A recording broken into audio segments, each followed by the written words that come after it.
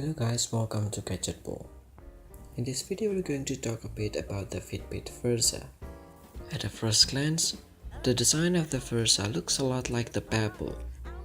There's a lot to like about how this watch has been developed. It is really light, comes with a bunch of different watch bands available for customizing the look, and it looks enough like a normal watch that it doesn't scream runner or fit life, the way the Ionic or other fitness trackers tend to. Many users will look at this as the spiritual successor of the long-defunct Pebble.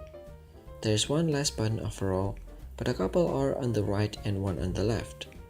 One might think that even if there is a touchscreen involved, this might be used for navigation or at least for triggering specific functions when in particular models or screens. That isn't really the case. When on the general home screens, the two buttons on the right are used to shortcuts. Tapping the top button brings up exercises, while holding it brings down a notification shade that lists every notification sent from the phone to the watch in chronological order. The bottom button simply opens up the alarm app. You can customize the single tap shortcuts in the menu, but this is the main function. The touchscreen is not bad in and of itself, but the Versa is obviously trying to marry the two concepts and not going all in on either one.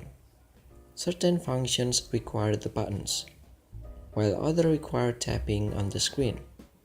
This proved most cumbersome with the music controls, where the buttons are for volume control, and changing songs requires use of the screen.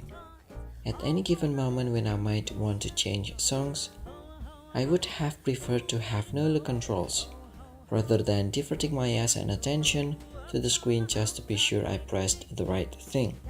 Even then, bringing up the music controls requires holding down the left button, a button-specific gesture, and then sweeping on the resulting screen to get the music controls and using on-screen elements to change songs.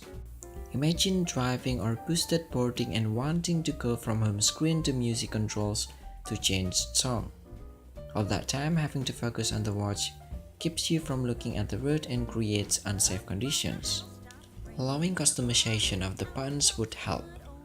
Perhaps holding either button to go backward and forward in the song playlist, or programming their presses to go straight to apps or functions you want so that the core of sweeping can be MIDI-grade. That level of freedom isn't afforded this version of Fitbit's OS, at least not yet. If the touchscreen is still a consideration, I don't think future version of this watch will go that far. But what do you guys think about this device? Leave us your thought in the comment section below. Give us a like if you enjoyed the video and also subscribe for more info and updates. Thank you for watching, and I'll see you guys next time.